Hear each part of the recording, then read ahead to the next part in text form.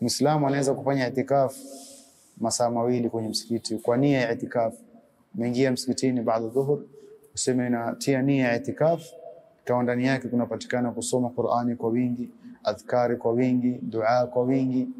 Ukae kwa nia ya itikaf mpaka isha au mpaka tarawih au mpaka tahajjud, itakuwa vile vile umefanya nini? Umefanya itikaf. Malengo ya itikaf anatufunza Mtume sallallahu alaihi wasallam ni mwanadamu kuacha shughuli zote, bimaana kuacha marafiki, kuacha watu wa karibu, yote haya kwa ajili ya nani? Kwa ajili ya Allah subhanahu wa ta'ala.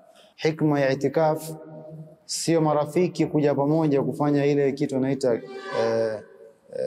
kuspend time pamoja, la. Hikma ya itikaf ni wewe akili yako na moyo wako kuielekeza kwa Allah zaidi, kuachana na shughuli zote za kidunia kwa ajili ya Allah subhanahu wa ta'ala, ili uweze kufanya nini? Tunaji rabbak, uweze kumnong'oneza na kuongea na Allah subhanahu wa ta'ala katika kufanya adhkar, katika kuleta dua kwa wingi kwenye hali unapokuwa kwenye itikaf. Itikaf inaweza kuwa ni siku 10, inaweza kuwa ni siku 1 ukitaka, lakini inayopendekezwa ile alifanya Mtume sallallahu alaihi wasallam ni siku ngapi? Ni ya hizi 10 ya mwisho.